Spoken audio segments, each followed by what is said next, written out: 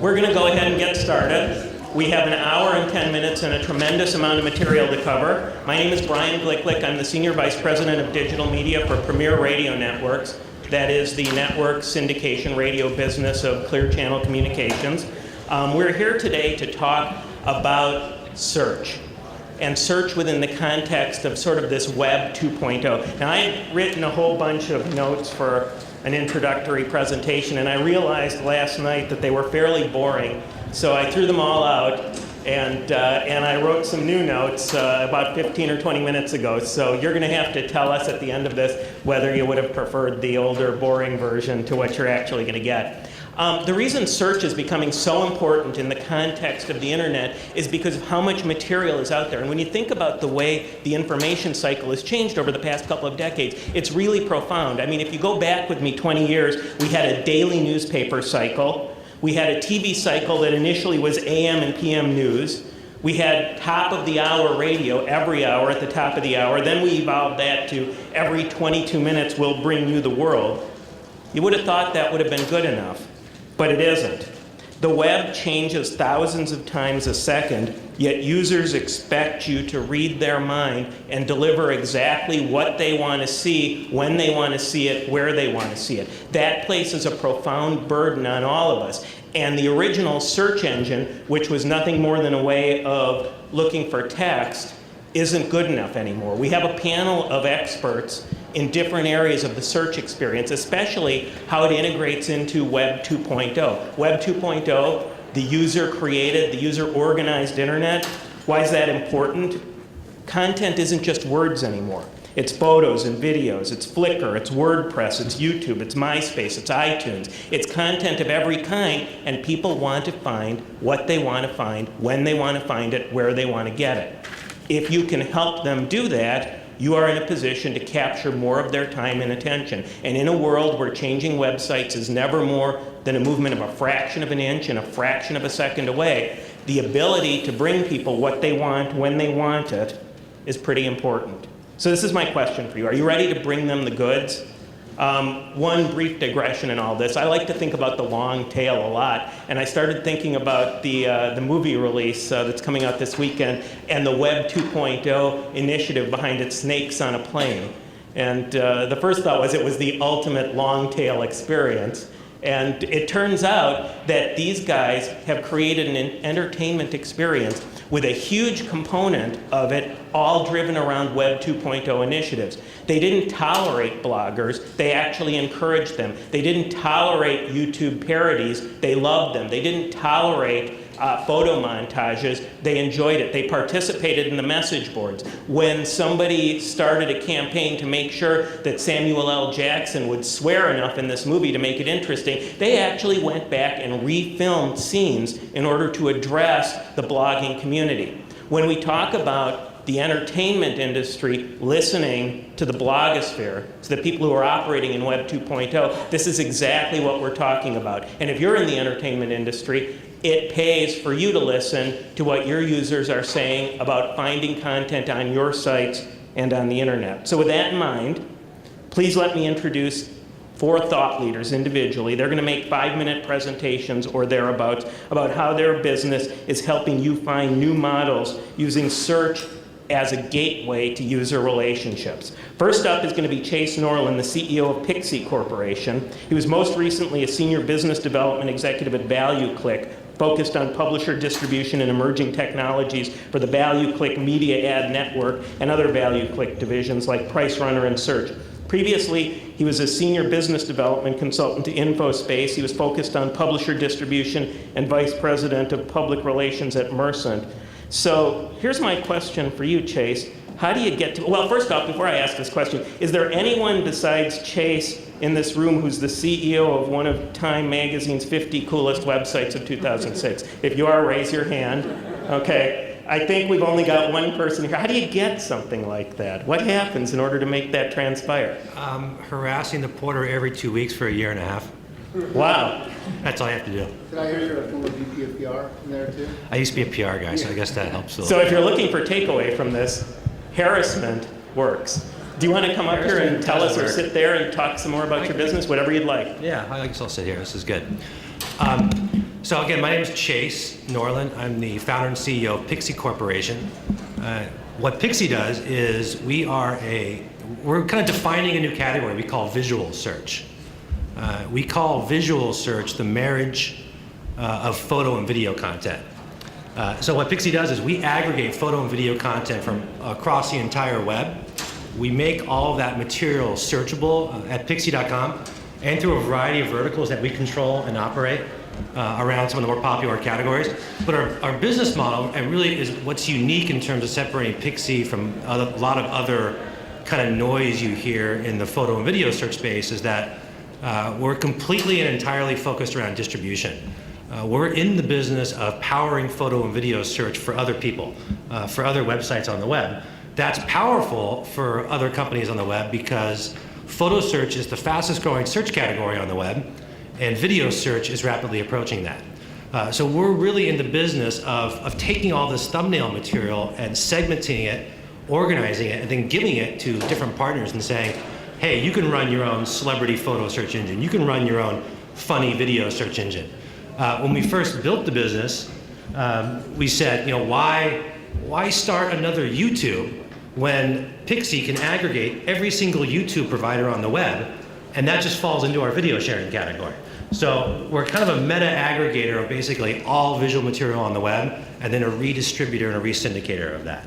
And then so as it ties obviously into Web 2.0, that's one of the value propositions behind the company, is that there's so much visual material on the web. A lot of that's being generated by Rever and YouTube and social networks like that, and we're just out there aggregating it. Excellent. Thank you very much. Doug Leeds is the Vice President of Product Management for Ask.com, which is an interactive corp business. He runs their search services, which encompasses a lot of different components from web to blogs to images. He was most recently a VP at Yahoo. He's been at OmniSky. He's been at Vodafone. When I think of Ask.com, I think of smarter search. I think, when most people say search engine, maybe occasionally the first thing that comes to mind is a company that begins with a G and ends with an E and has a lot of O's in between. Big but logo, right? Yeah, exactly. But there's a lot more to search than just delivering the largest number of results when they may or may not be what people are looking for, and they may or may not be navigable. When I think of Ask, I think of search results that are most likely to be relevant and likely to be smarter in a lot of ways than what we see on other sites. Can you tell us about Ask a little bit and how you develop that value proposition? Sure, absolutely. So again, my name is Doug Leeds at Ask.com. We used to be known as Ask Jeeves until the beginning of this year, when we decided to take a real step forward in letting people know that we are an everyday search engine, a search engine that can do general purpose search as well as each of the vertical searches better than it's being done in other places. And we're not just a question and answer service, which I think a lot of people associated with the Butler and with Jeeves, even though he was somewhat of an icon for Web 1.0. What Ask.com intends, and I think successfully does, is distinguishes itself by really focusing on how the user uses search and providing information in a way that a user can get to faster and can act on quicker. So for example, and this is what you were talking about, Brian, we have different types of content on a search page that you won't see in other places. We have what we call a smart answer at the top of a page, which gives you a direct either an answer to a question, which we still do well, or a editorial content module that gives you precisely the type of information you're looking for, whether it's a map or weather or finance chart or travel times. It's right there at the top. You don't have to be hunting through 10 blue links to find what you're looking for. Also on the right side of our search results page, we have what's called a related search feature, or Zoom, which helps you iterate against searches. This is an area that our research has shown users look to iterate more and more when they are searching. We have about 23% click-through rate on our right rail compared to where Yahoo, Google, and others put ads, and they're lucky to get a 0.5% click-through rate. So we're really looking to improve the user value of search and get people what they're looking for quicker. With respect to Web 2.0 and in particular media search, I'm excited to be on this panel. Sorry about that. I'm excited to be on this panel to really be up there with some companies that are really striving to make search as is Ask.com, more applicable to media, where I think this is an area that everyone in this industry can do a better job at right now. And doing that better job will really create sort of the engine behind the creativity and the content production that we're only beginning to see right now. I think we're looking at the world of media production on the internet as being a sort of leading edge of tech-enabled people, rather than people who are willing or really interested in conversing and telling stories to people they don't know. And the missing element in that is search. We saw this in Web 1.0. We saw this at the beginning of Ask Jeeves' life, before Google, that content was created for people who knew that a site existed. You would go to maybe Yahoo and you'd see a cool site of a day or use a directory, but you basically had to know a site existed. And we still have that sort of browsing, know where you're going before you get there type modality for most multimedia content now. And we're just starting to get into the place where we can really search through multimedia files, whether it's video or audio, to get it topic-based, or blog content for that matter, to be able to get out of the content what we're looking for in terms of topic and not necessarily in terms of destination. When that occurs, we'll see an explosion of content, like we did on the web, and that's what we're real excited about being a part of at Ask.com. Excellent. Thank you very much.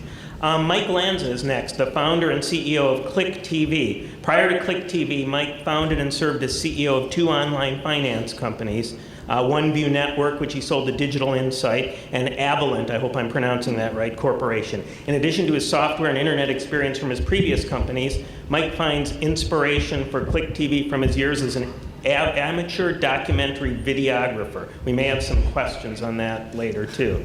Talk to us about web video search. How's that? Tell us more about how that space is evolving and about Click TV. Okay. Well, unfortunately or fortunately for you guys, I'm the nerd of the panel, and I actually made a PowerPoint presentation, but I promise it's short. It's just that I have some things I really want to communicate to you. So I'm going to answer the question. I'm going to answer it in the way that I organized this presentation. I'm going to talk very quickly about helping users discover web videos. And so I'll be talking about discovery and user control, the question of how people discover and why they're trying to discover on the web, what that means in terms of their desire to control. Then I'll give you 2 approaches to enabling discovery. One is extreme editing, or in other words, editing videos down to really short clips and showing lots of 20 and 30-second clips versus the Click TV approach. And then I'll give you a demonstration of Click TV to illustrate just how we approach that problem. So first, discovery and user control.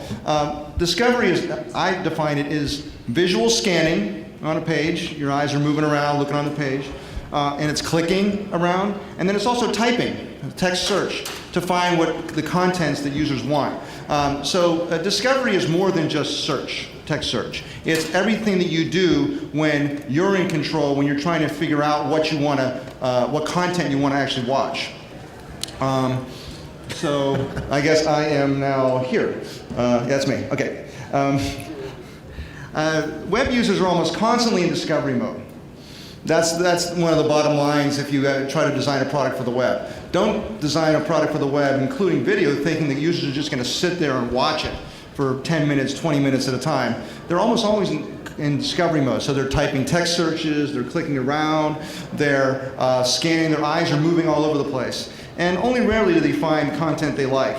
And once they find the content they want, they surrender control to the content, but they don't want to be out of control for long. So there's this model of people scanning the page, clicking around, doing a text search, and then maybe for 30 seconds, 15 seconds, they read this text or they watch this video, and then they're in discovery mode again. So the conclusion is users' really obsession with discovery is fundamentally tied to their desire to control their experience. The whole thing about Web 2.0 and mashups and user-generated content is users wanting to be in control of their experience of using the computer. So I'm going to talk about extreme editing, which I think is a poor approach to enabling discovery. Sites are chopping videos up into shorter and shorter pieces. And in some sense, depending on how you do search, and search engines may like that because, if you can't search inside, let's just search to find 15-second clips, 30-second clips. I call that extreme editing. Extreme editing takes a great deal of control away from users, though. And so I'm not thrilled about that. all users, first of all users see the same discrete pieces of video the way one professional editor wanted them to see those little pieces of video. So you really don't have a lot of choice, a lot of autonomy. You've got to watch this piece the way the editor cut it, and then this other piece the way the editor cut it. But often video content can be approached in myriad ways. Take a baseball game, or a speech, or anything in the real world, reality TV. Not just the way one professional editor cut it, but there are a lot of different ways to look at a video presentation. So extreme editing addresses the symptom, short attention span, which is good because we have short attention spans, and so that's one way to approach that problem. But it damages the root cause, the need for user control, because cutting video into very small pieces limits user control, or really takes control away from users. So the ClickTV approach to enabling discovery is a few things. First of all, we facilitate users' desire to go anywhere they want in a video at any time. So this scanning and clicking experience I'll show you in a second. Second of all, it lets users see multiple other users' views of a video, not just the view of one professional editor. So very simple. If there are bloggers or experts who have their view of what's important in this video, you can look over their shoulder and see their highlight reel. You don't have to be limited to just the editor's view of the video. And it lets users make their own views of a video, so not only other people, but my own views of a video, by adding my own edit points, and then creating ad hoc views via text search. So I can just say, I want to find all parts of this video about a certain topic, and then I can see a view of that video. So I want to illustrate that with a quick demo of what I'm talking about here. So here we have a video of the World Cup. This is the World Cup finals, and Italy and France. So you can start it just like any other video, but unlike any other video, I can look around. I can find a part of the video that I'm interested in, start of the second overtime period, and let's see, our network bandwidth isn't very good, so I'm going to talk while this is happening, but it should kick in a second here. Essentially, you can click on these different comments and go to different parts of the video, and this will just take a second for the data to come down. Sorry about that. It will happen, because I've seen it happen in the past. Does this point out another reason why we have extreme editing? Actually, no, because the experience of viewing a short clip is no different from the long clip in terms of bandwidth. That's a fallacy. But anyway, you can go to the headbutt of Zidane headbutting Materazzi. You can see him headbutt Marco Materazzi there. So I can go to different points in the video that I want to go to. I can also go and view one person's view of the World Cup. In this case, Edman made a bunch of comments. Each of them are about 10 seconds long. So instead of watching 2 hours and 10 minutes of video, now I'm watching just the Edman view of the World Cup. And in this case, it ends up being about 60 seconds long. Also, though, I can, if I pause this video, I can add my own comments if I want to. I can show that. So if I'm interested, I can put a comment in here, and I've got an in point and an out point. And then finally, I can do a search. So I can type in, for instance, Zidane, who's Mr. Headbutt, and I can click a search there. And I found 8 search results. So now what I'm watching is all the parts of the video that are commented on that have the name Zidane in them. So I'm watching the custom highlight reel of Zinedine Zidane. So rather than just having to watch the little pieces, just the headbutt, just the goal, I'm able to view in all these different ways. And then I can click on share, and I can grab this code and put this code on a blog or a web page, and this code actually will show by default just those clips that have Zidane in them. So I'm really showing a custom view of this video that I've created that is interesting to me. So I'll talk more and answer questions later. That's very cool. Speaking on my own behalf, I like to just watch the parts of Lost where people get barbarically killed every week, and this seems like the perfect tool. When we talk about the user-organized internet, that's what we're talking about. This is a perfect example. Very cool tool. Avik Ghosh is the Director of Business Development for Mercora. He directs their business development and product strategy at the Social Music Network based in Santa Clara, California. Prior to joining Mercora, Mr. Ghosh Ghosh was Director of Product Management at Highwire, someone I've known for years, a Los Angeles-based software company that developed streaming advertising solutions for internet and terrestrial radio broadcasters. So Avik, how do you organize the world's music? Tell us a little bit about that. Hi, everyone. My name is Avik Ghosh, and as Brian said, I'm at Mercora. Mercora is a social music network, and when we started Mercora, we really wanted to see how we could aggregate and collect the largest music collection in the world. And that's a pretty tough thing to do, actually, if you want to do so legally. If you go to the record labels and you say you want their content to be made available online, they'll give you a library of around 800,000 to maybe 1 million tracks. And if you go to some of the larger independent labels and get their collections, you wind up with about 1.5 million unique tracks. So we really want to get a much wider catalog than that. I think that some people have said that the universe of unique music in the world is about 8 million to about 10 million unique tracks. So we really want to approach that. So what we did is we developed software that allows people to webcast the music that's on their personal music collections. And when we started Mercora, we had a pretty small user base, but today we have a user base of over 1 million people in 140 different countries. So what happens is when you go to Mercora, you're searching a network of music that comes from people all over the world, not just in the US. So if you look at the music charts in the US right now, the #1 artist is DMX. In France, the #1 artist is an artist called Laurent Voulzy. And in Italy, it's Tiziano Ferro. So if you go to Mercora.com and you search for a particular artist, you'll find that because you're not limited to music that's just US-centric. So that's really what our contribution to this space is, and to online music, is helping people discover new music from all over the world and helping them alleviate that purchase risk that occurs when you buy a track from iTunes or you buy a CD from Tower, assuming Tower is still around. And then maybe you decide later that you didn't really like that song, or you want to sell it or exchange it. There's no way to easily do that with online music. So we're really helping to contribute to this space by allowing people to discover new music and alleviate purchase risk. Very, very interesting. You know, and the Tower Records thing is so interesting to me. Who would have prophesied a few years ago? I mean, retailers have always come in and out of business, but who would have prophesied a time when the death of a retailer could be directly tied by a string to people's desire to possess music electronically and download it conveniently, rather than go to a store and buy it on a shiny disc in a plastic package wrapped up in cellophane?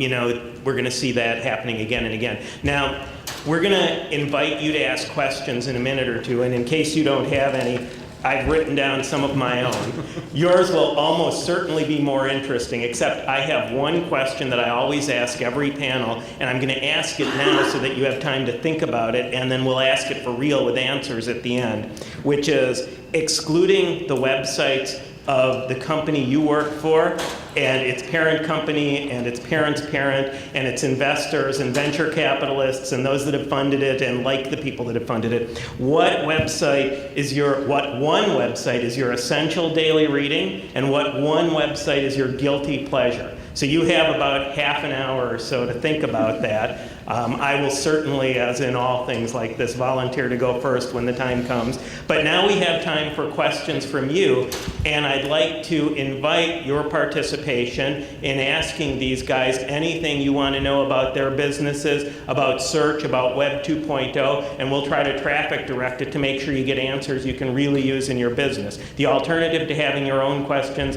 is listening to mine, so this is a very good time to speak up. Who's got a question? Anyone? Oh.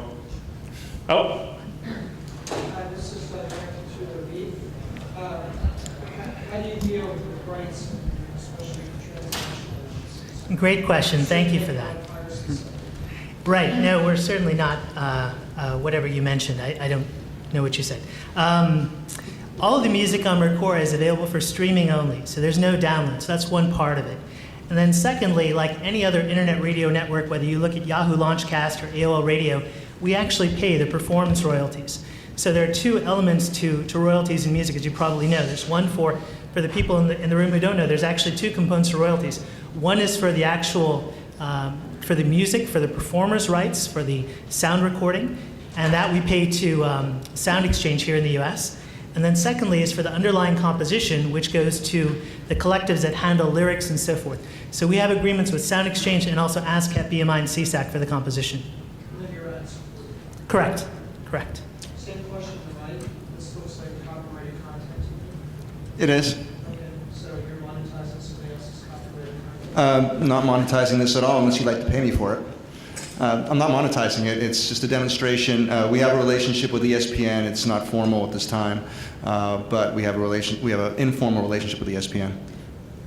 Mike, am I correct that the idea is that you would offer this as a tool to content Right. producers who wanted to integrate it in their own site on a basis where you'd say license it to them for them to use on their own content? I'm sorry. I didn't quite understand the difference in conceptions underlying your question. We're not a content provider. Our business is working with websites that have videos, and we provide this as a tool to them. So ESPN.com is an example of a customer that would be a great customer for us. And as long as we're talking about rights, let's just go around the horn with this. Chase, are there any rights issues that you have to deal with in the context of your business, and how do you deal with them? Yeah, absolutely. It's a big question, for our business, but luckily, thumbnail images are fair use. So they've been ruled as fair use, which is an exciting, obviously good development for us. The video stuff hasn't been kind of fully fleshed out yet in terms of fair use. But again, they're just thumbnail images. So we really have positioned ourselves, more as a visual Google. We're just aggregating thumbnails and driving traffic to all of our content providers. So our content providers are very happy to receive kind of free qualified traffic from us. And Doug, how do It's you? generally the same thing. I mean, our mission is to get a user from a search to a content site as fast as possible. And so generally the traffic is going to the sources of this information, and it's generally okay. We obviously operate within the Digital Millennium Copyright Act, take down anything that is required to be taken down under that act, and we generally don't have the types of rights concerns. For our smart answers, a lot of that content is licensed. And it's interesting because we've seen, there's been a lot of controversy associated with the search engine whose name cannot be spoken, attached to rights usage, and some back and forth on that. Recently, we've seen them do some licensing deals to end the negotiation with, I think it was AP, regarding use of their headlines and so on within their search engine. To what extent do you guys see rights issues as being a potential linchpin for the way your business develops? Is it extremely important? Do you feel that it's not terribly important at all at this stage of the game? How do you see that evolving? I'll just say that it's a huge thing. You can't have a search business without the ability to index, material across the web. So it seems kind of inconceivable to me that someone would, basically, someone would rule and put Google out of business because you can't drive links to people. So it's a critical thing. There's a lot of nuances though, because when you start indexing, actual video content itself that might be created from a user, and then you kind of move into more ambiguous territories. Yeah, and then there's the whole question of if you develop a search engine for purposes of driving revenue directly through ad placement or something such, and you're doing it via results that are driven by someone else, is that fair use or not? No answers to these questions, but an excellent question. But the other aspect of this, which I think gets less attention, is how it drives sort of the industry, how the organic growth of the industry. And I think if you look at sort of the music, just looking at search maybe within, or user content within the music world and as opposed to the video world, I think you see two different ways that the rights issue, as well as technological issues and cost constraints, have impacted how search is done in those two areas. For example, music, where I think search is a much better tool for finding music, and where really there's a lot more head content. I mean, we talked about you can get access to 1.5 million songs. You can get access to the major labels' catalogs. Why is that? A lot of the reason behind that is because if they didn't give you access to it, you would get the access to it from some other service. Now, that's one way that the illegality or the legality has affected the market. Video is very different. You can't get the entire catalog of the studio's television or film properties, and therefore you have The video content that you're seeing right now is much more tail content. You really have the tail wagging the dog with respect to video and video search. Isn't there also sort of a symbiotic relationship between content providers and search engines based on mutual business benefit, in that by aggregating and making it possible for people to find the stuff they're looking for, it drives a lot of traffic, which drives business activity to those content producers. In return for letting you do that, you make money through whatever aggregation mechanism, ad support, whatever other mechanism it is. So it's a little bit too complicated to say that there's a clear winner or a clear loser in these kinds of rights issues, but there is a real win-win when it's done in a way that's sensitive to the end user's needs rather than the business needs of each side per se. It's actually the best quality traffic because it's driven by user intent. It's not an ad for the content. Someone's looking for this particular piece of content. They've queried that in the search engine. Now you give them the best, possible qualified lead.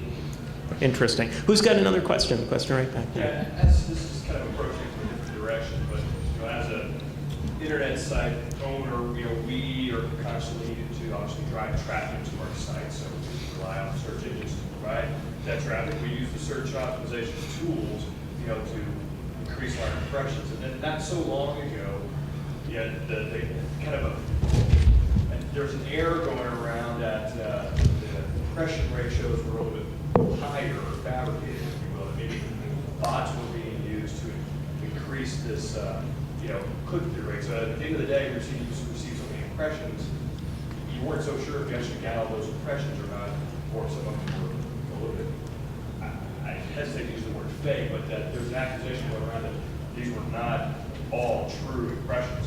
How are you supposed to know that? And I know that the whole search engine world is coming together to try to prevent that situation from happening. I'm just kind of curious what's going on with that right now, because that gave me immense pause about doing that, because we got this company together and I want to make sure that we're not spending our money on things that aren't happening. Doug, I'm guessing that you're probably the closest to dealing with the click fraud issue directly. Sure. I mean, I think in some ways I'm tempted to say, and this is,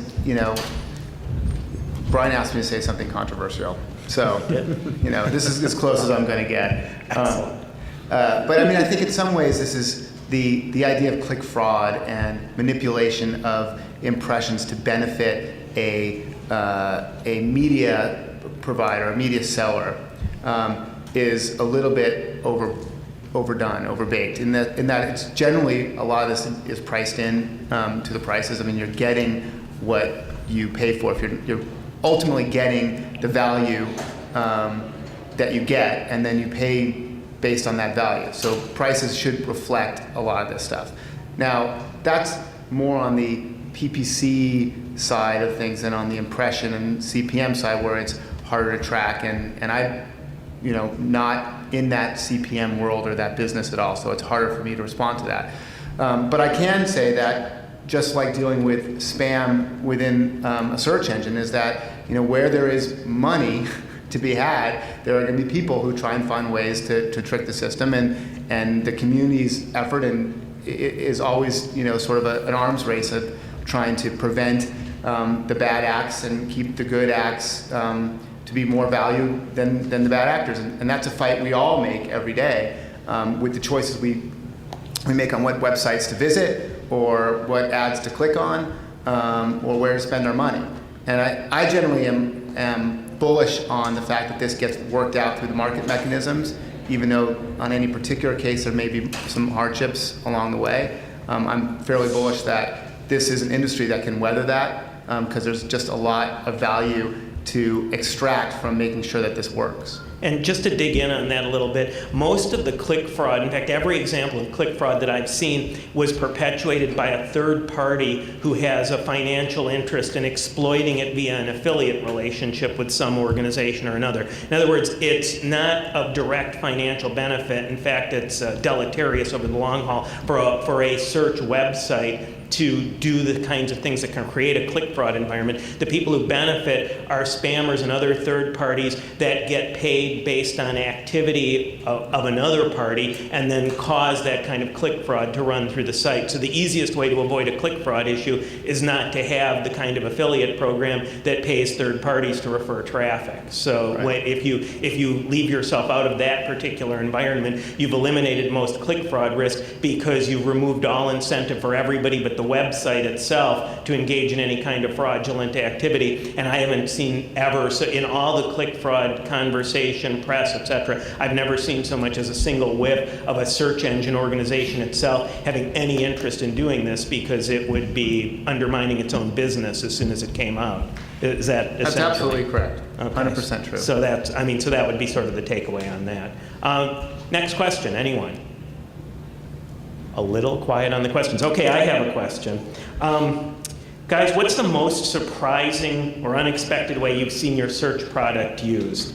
Mike, in terms of having Click TV used, what's the way that people have talked to you about it, whether they've actually started engaging in it or not? What's the most surprising way you've seen it talked about being used? Well, I guess I can't say I'm disappointed about this, but there's a lot of boring German lectures that have been put into Click TV. We've become the darling of some research institutes in Germany and the Netherlands, and I guess that the message there is that you have a vision of what you think how you would like to use a product that you create, and it doesn't mean it's bad. It's just, oh my God, I never thought about all these university lectures and research institutes and in a language that I can't even understand. So we're looking at a lot of content that we have no comprehension about. It's kind of a weird experience because we like to understand our customers, but in this case we don't really understand them. Boy, more literally than in most cases. So are you taking German lessons online? I'm just curious. We just hired a German guy actually, not for that purpose, but. Got it. Avik, how about yourself? So this is something that came out of a meeting that we were in with Warner Music Group. We have sort of an informal relationship with Warner where we help promote some of their developing artists. And about 6 months ago, they were really interested in promoting one of their hot new artists called the Subways. And according to the people at Warner, the Subways sounded a lot like Oasis. And so what we did is we created a section on Mercora where anytime someone searches for Oasis, we would show ads, sponsored search links and things like that for the Subways on the premise that someone who liked the Oasis or Oasis would like the Subways, kind of like Amazon's people who viewed X bought Y type of collaborative filtering feature. So that's one thing that really came out of our discussions with labels that we really didn't foresee or anticipate. That's pretty interesting. I'm making myself a note because I have a follow-up question after Chase tells us about the most surprising use in his business. Maybe the most surprising is the surprising many different types of searches that people are performing looking for photos and videos. I really kind of... Do we want to dig in on that? I won't dig in too deep on it. Okay. But no, there is, it really kind of, you always think, okay, photo search is just about, people looking to license an image, and it's amazing. People are actually really using this for entertainment and discovery purposes, and the types of searches that they do are really not a lot different than types of searches that you see when someone's doing a web search. And the other big kind of surprising thing for us is that people, we actually aggregate all the news sources on the web via RSS, and we can have people look at the news visually. So you can kind of scan, today's New York Times visually, and looking at the news with image thumbnails is an entirely new kind of perspective on the news. You actually get a global snapshot of what's happening across the internet by visually looking at it instead of trying to read through headlines. Your mind absorbs more stuff. And in some cases it can be, I guess with the recent history, it can be kind of depressing to see what's happening across the world in snapshot, but it's really quite powerful. That's pretty cool. That actually, I'm going to check that out myself. That actually sounds extremely cool to me. And it leads to a follow-up, really, because Avik was talking a little bit about collaborative or predictive filtering, and that's one of the hidden gems of the entire search experience, of the ability to kind of cross-pollinate data-based information in order to make predictions about what people are going to like based on what other people have liked in similar circumstances. Who's using predictive filtering in interesting ways that are something more than because you did this, we think you'll like that? Has anybody got an interesting example of using predictive or collaborative filtering to explore this concept a little bit with us? Okay. Abik, you get to go again. I haven't seen anything that's particularly interesting. It's pretty basic stuff, like what you've seen on Amazon. You can see that replicated on lots of different sites, whether they're YouTube for videos or Last.fm, which is a competitor of Mercora's in the music space. So in terms of unique applications, Brian, I haven't seen anything super interesting, but I think that'll certainly continue to evolve. What I love is that when I go to Amazon, based on the fact that I've purchased a certain kind of Santoku knife, it knows exactly what DVD I'm likely to be interested in, and it's happy to tell me about it. And the eerie part about it is that 80 or 90% of the time, it's absolutely right. Now, I don't know how it does it exactly. Actually, I do know exactly how it does it, but it's still always surprising to have that kind of experience. And if you haven't, in the context of your own web business, explored how you can use the power of databases to correlate disparate data points into making predictions and surprising people with what they might not have seen that they'll be interested in, you're really missing out on a big opportunity. Anybody developed a question out there? Yes. How does search kind of change that leads to PC? Or are we just, for your businesses, reasonably far away from that? So cell phones, et cetera, or iPods. I'm sorry, what was the question changed again? to what? I'm As sorry. it leaves the PC. Oh, as it leaves the PC. As it goes to other platforms, as it leaves the PC platform and goes to the mobile experience? That is a great, great question. I've sat on some panels before that had some people that were starting to explore that space. Is anyone thinking about or engaging in taking their search tools off the PC and onto other platforms, or at least using them in collaboration with it? I'll just say that. I mean, I think that ties into a bigger trend that's actually happening in regards to content on the web, and that is kind of a return to point cast like push type models. I think as you get more and more content on the web, people inherently don't want to spend that much time trying to find what they're interested in. And I think you're going to start to see a return to models that are around, around bots, around push, around having material that you're interested in kind of find you. So it's going to find you on your desktop, or it's going to find you when you're traveling, or on your cell phone, or PDA, or on your television set for that matter. So it kind of helps you keep track of the stuff that you're interested in, because there's just too much content to sift through out there. We had generally seen very similar search patterns on a mobile device as opposed to PC for years. And some of this is coming from my pre-Ask.com experience at both Yahoo and then earlier at OmniSky and Vodafone, where the types of searches that we saw were very similar to the types of searches that we saw on the PC. That is starting to change, where people are now having more and more I think part of it was that services weren't really designed for a mobile phone or for a disconnected environment, and therefore people tried to use them in the same way that they used the PC, and there was always with somewhat limited success. I mean, I don't know if I'm a typical user, but I would always end up stomping my foot or cursing at trying to get back the type of information I know would be very simple to get back on a PC. We are now seeing more and more services, designed specifically for those other types of platforms, other types of access points, whether they are push or pull. RSS obviously is an explosion of this push, but whether it may well just be pull and giving the types of information, whether it's the GPS thing that you're seeing roll out more, the Sprint, the locator where you can bound certain areas and bounce into them, and then search where people have been. These types of applications, I think, will drive the usage more than simply converting your desktop application to a mobile application. Doug, But it depends on the application. Is there a version of Ask that's specifically optimized for mobile at this point? Stay tuned. Okay. But there is a version of Bloglines, which is an Ask product that is available on mobile phone. It's one of the really highly used and highly loved mobile applications out there. If you read blogs, good chance you've used Bloglines, and if you use Bloglines, you should try out the mobile version because it's really an excellent way of getting the content. Yeah, our particular value add in search is in the user interface of showing search results. So I'll just show you, if I click on this compact button, what we have is the way the user interface of ClickTV would work on a non-PC device, a mobile phone or a set-top box, and we're actually working now on some mobile devices.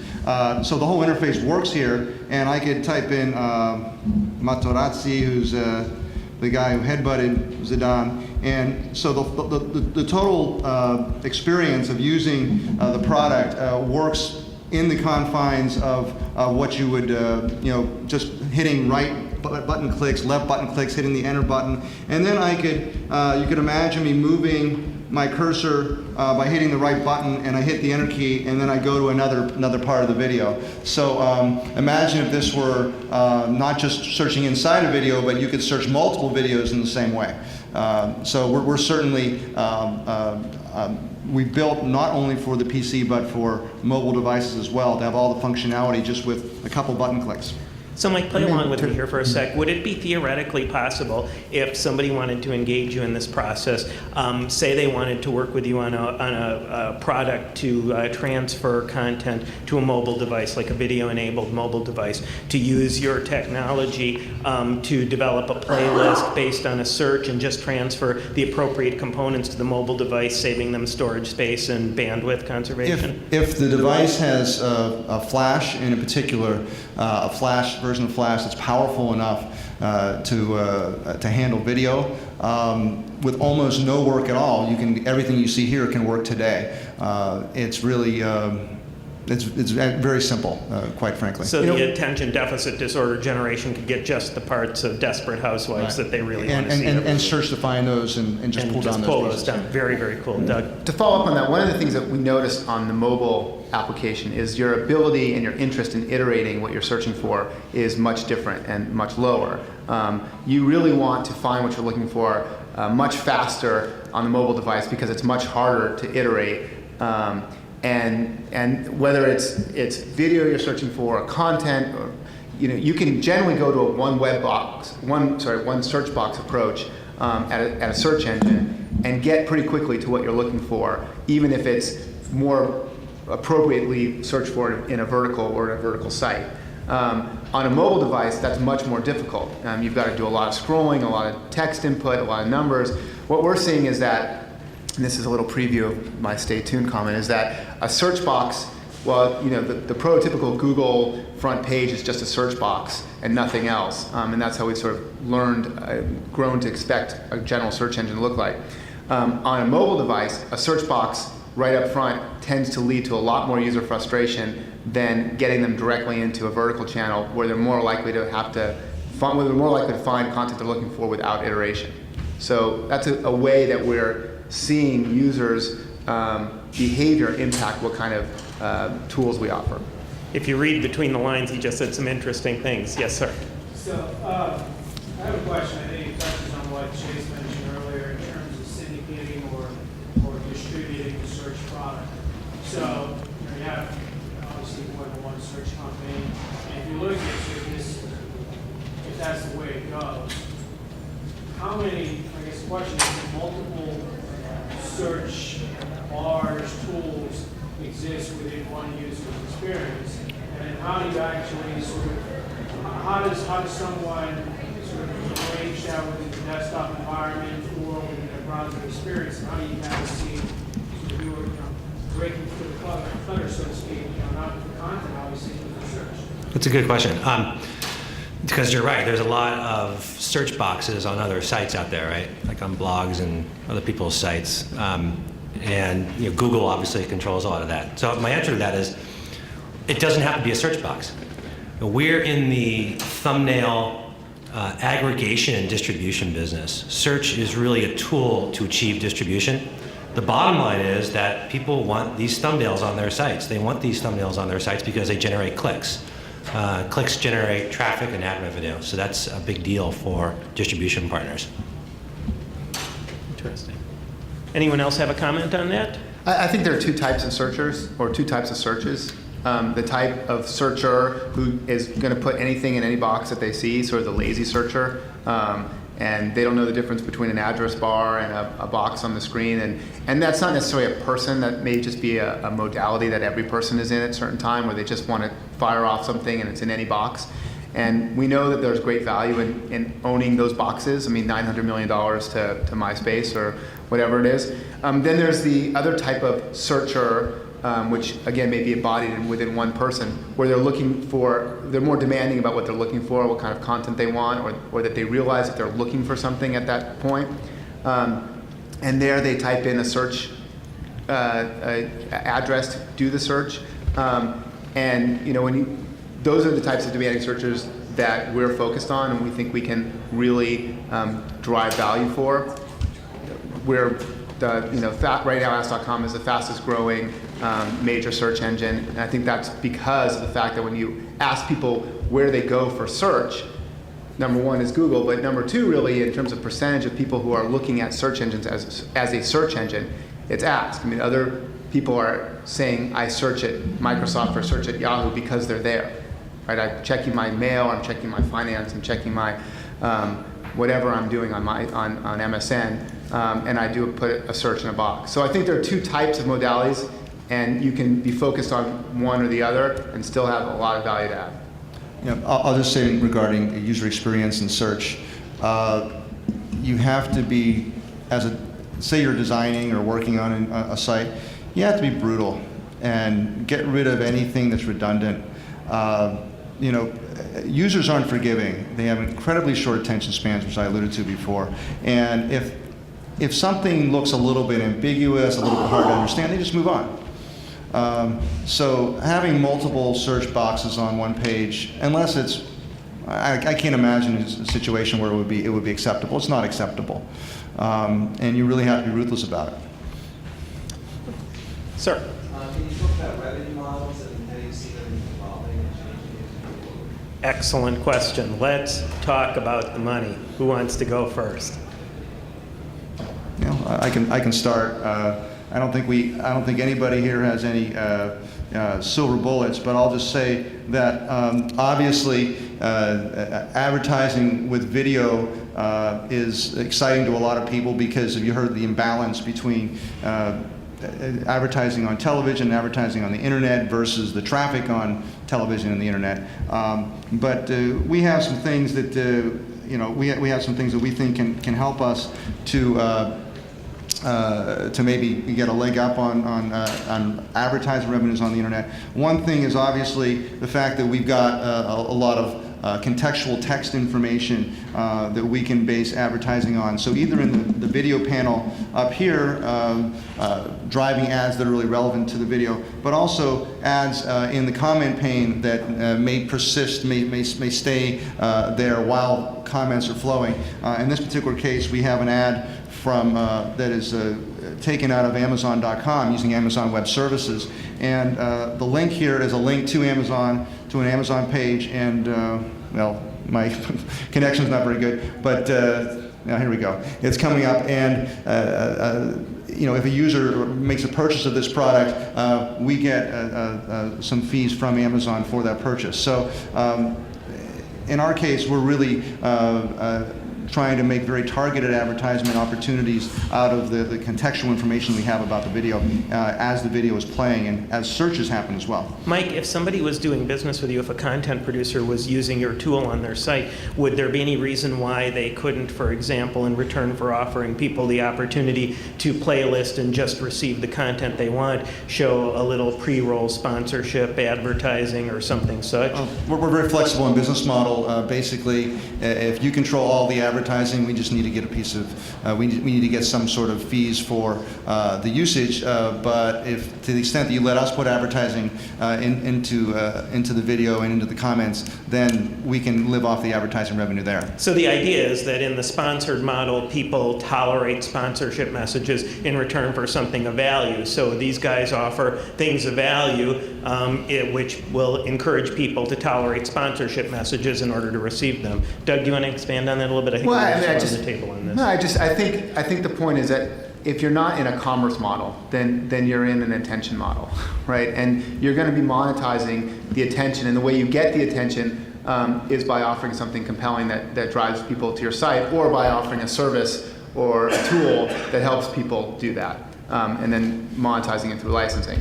I don't think there's any, anything sophisticated or anything magical about that. I think with Google AdSense and really GoTo, which is where I started, so I'll say that one too, and Overture and Yahoo. I mean, they're the ways that those and Ask have come up with monetizing attention makes it so that we don't have to focus on building necessarily the engine anymore to drive the car. What we have to do is focus on building a great car that people want to drive, right? And the engine will be there and take care of itself. So I think right now the race is build the best car, build a place that people want to sit in and drive and be a part of, and we know how to get the engine in that car. Avik, how do people make money doing business with you? So at Mercora, we have a number of different ways to generate revenue. They're all pretty standard. Advertising banners, text ads, sponsorships. We're looking at some flash video as well. But to get to the speakers, or the question that was raised earlier, I think that it's pretty fair to say that the highest CPMs on the internet are in the video space, right? You're looking at about $20, $25 for video CPM ads. And I think that that's why Google is making a big push around Google Video. In fact, they just, I think today it was, added a tab for Google Video on the homepage, which is something that they haven't done before. And clearly, video is really the most interesting way for people to generate revenue on the internet. Why it hasn't really taken off more than where it is because it's really hard to target video as a content stream. How do you know when you're an advertiser that you're buying an ad that's targeted ad to, for example, a sports headbutt from the World Cup or some teenage girl undressing in her bedroom? It's a really tricky situation. So if there's some startup that's here in this area or elsewhere that could figure out that problem, that would be a great solution for the industry as a whole.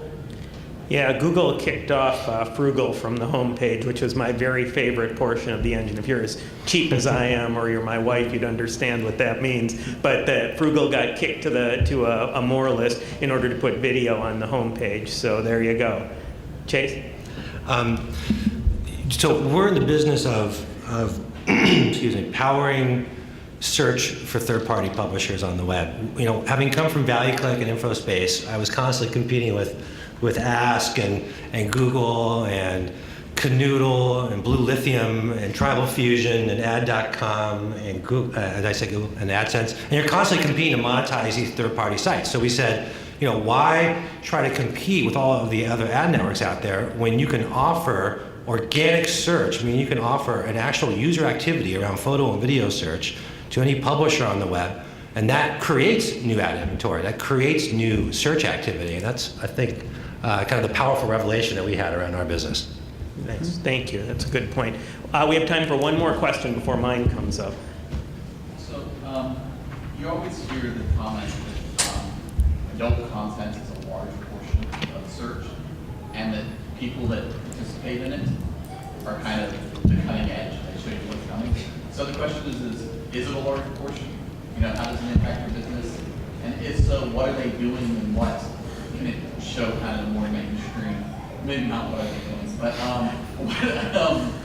is there something distinct or visionary that you could kind of interpolate from that? Yeah, what can we learn from that? Everyone says it, and there's probably more than a little truth to it. How are your particular products being used, if at all, in the adult spaces? And what can we learn from that for mainstream business? Anybody want to volunteer with that hot potato?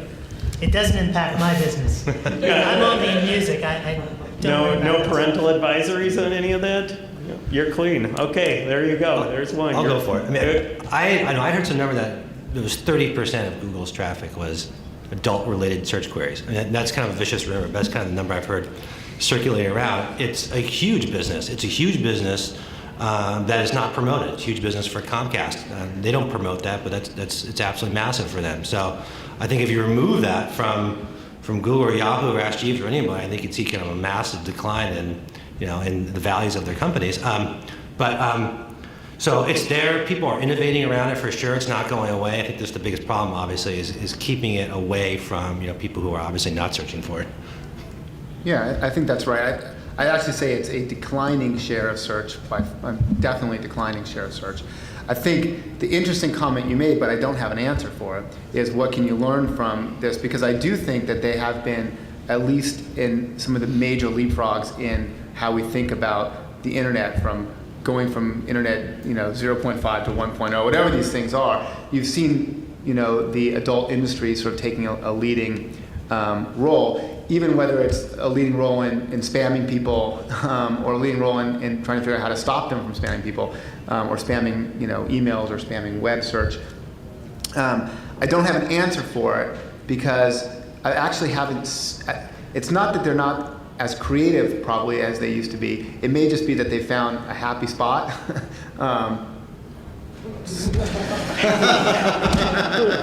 Maybe I'll just stop. Say it once. I don't think you're going to. I'm just thinking that's yeah. Yeah. If only we could all find our happy spot. Exactly. Mike, do you have anything to add? If only we could all find our happy spot. I think that what I've observed is that the adult internet world, in terms of business development, is kind of a parallel universe to the non-adult world. And what I've heard happen, and hasn't happened to us, is that one or two adult sites start using your technology, then all of a sudden it explodes, and then you have a meeting where you all sit around and you say, well, geez, do we really want this business? And you usually say, yeah, we're civil libertarians, but we want the money. It hasn't happened to us. We've seen a little bit of scattered activity, but we're not the darling of the adult set as for now. We saw a lot of companies that, when that question arose, just spun off a second business to handle the adult business so that they could keep their core business free of it and be able to represent themselves But properly. I think an in interesting those point, categories. maybe trying to get back to addressing this in some way, is that what I think is happening with Web 2.0 and with user-generated content is that we're really seeing a blurred line between what is adult and what is not adult. I mean, we used to know adult when we saw it, the famous Supreme Court justice line. Now, if you go to MySpace, I'm not sure if you know adult when you see it. I mean, I don't. It's not even adults necessarily with adult content, and that's creating a problem, I think, or a challenge to be able to keep these things separate, because you can identify a blacklist of sites, or you can say this is definitely pornography because it's what we typically assume to be pornography. But then you've got a whole bunch of user-generated content that doesn't come from the typical pornography or adult sites that really gets close to that line, if not crosses it. And how do you deal with that, whether it's uploading content or whether it's making comments on it or whether it's searching for it and delivering it back into results? These are all challenges that we have outside of the adult world of make money off of this stuff. And I think one of the things in my own business that we've learned from the adult business is that they have an incredibly evolved model for their subscription businesses of referring traffic and generating affiliate income for each other. So they're incredibly efficient at finding ways to aggregate traffic, push that traffic to specific sites, and then share revenue from their ability to sell products within it. And we've tried as best we can, where it's appropriate, to learn from that business model in terms of other subscription web businesses that are mainstream, because there's a lot of interesting stuff that surrounds that. So with that in mind, let's talk about guilty pleasure websites and essential daily reading. I'll go first. My essential daily reading is paidcontent.org. Rafat Ali's site. I talk about him almost every time I speak. I learn more about the business of the internet, the deals that are being done, what's happening throughout the web spaces in business and in entertainment by reading paid content than I do any 10 other websites. It's on my must-read list about 7 o'clock every morning, and if I miss it, I feel like I don't know what's going on that day. My guilty pleasure is a couple of the Gawker websites, Gawker.com and Defamer.com. I think that both in terms of the snarky, nasty, rude content and the incredibly fresh way that they express it. It just represents a fundamentally Web 2.0, ironic, young, hip way of looking at the worlds of entertainment, of media, etc. And it's not only illuminating, but it occasionally causes me to laugh out loud in a way that I find personally embarrassing. So those are mine. Let's run the table. Chase, you get to go next. We're going to start on this end this time. My Yahoo for me kind of represents, I think, kind of the future of where kind of the web goes, kind of my philosophy around we kind of return to push these point cast type models. It's just the simplest, easiest way to aggregate information across the web in a snapshot. I think that's a very big deal. I think you're going to see that become a bigger part of their business over time in terms of predictions. What was it? What's the category called? The guilty pleasure. Guilty please. pleasures. Guilty pleasure. Galleryoftheabsurd.com. Please write that down. That's my wife's blog, actually, but she is focused around making fun of our obsession with celebrity culture. And she does hand-drawn illustrations that are modeled after Us magazine and People magazine, but kind of make celebrities kind of look very interesting, I'll say that. So. Mild penalty flag, but I think we'll let that one slide. Avik? My essential reading is digitalmusicnews.com, which is edited by Paul Resnikoff. And he does a great job of just not just reporting on the news, but providing some really cogent analysis about the news as well. So that's my essential site. In terms of guilty pleasure, it's a site you've never heard of before. It's called YouTube. And the reason is I have yet to do a search on YouTube where I couldn't find what I was looking for. Fair, very fair. Doug? Well, I hate to admit it. It's because I wish it weren't so, but my essential daily reading is TechCrunch. Because if I don't read it, someone's going to email me something about it, and I'd rather just read it myself than hear all the spin off of it. So that's Michael Arrington's blog, and now Marshall Kirkpatrick and others. My guilty pleasure, I guess I have two. One is redferret.net, which is it's a blog also in the style of Engadget or Gizmodo or Boing Boing, but it's less voluminous and it's more something I can read in my spare time. And I seem to like their selection of what they're talking about better. And then the baseball toaster, Dodger Thoughts, because I'm a huge Dodger fan. It's the summertime and we're in first place. Yeah, very, very nice. Mike? And my site I'm at every day, and for me it's the big media sites. So I guess the message, so it's New York Times, CNN, ESPN. The message for me is the great content still matters an awful lot, and especially when you're busy, you want great writing, and great writing is the New York Times, and ESPN has the best sports coverage, and that's boring, but I'm there every day, hitting the refresh button. As far as guilty pleasures, this is kind of weird. I'm Italian American, but I'm really into this Israeli site that's kind of like the Drudge Report for Israelis, and it has all the dirt on all the Israeli-Arab conflicts with the Palestinians and with the Hezbollah. It's called Debka.com, D-E-B-K-A. And it's wild. Just, they don't cover this stuff in American newspapers for some reason, but they got a lot of really nasty stuff that is usually true, usually comes out a little later in other newspapers. You can't get information like this just anywhere.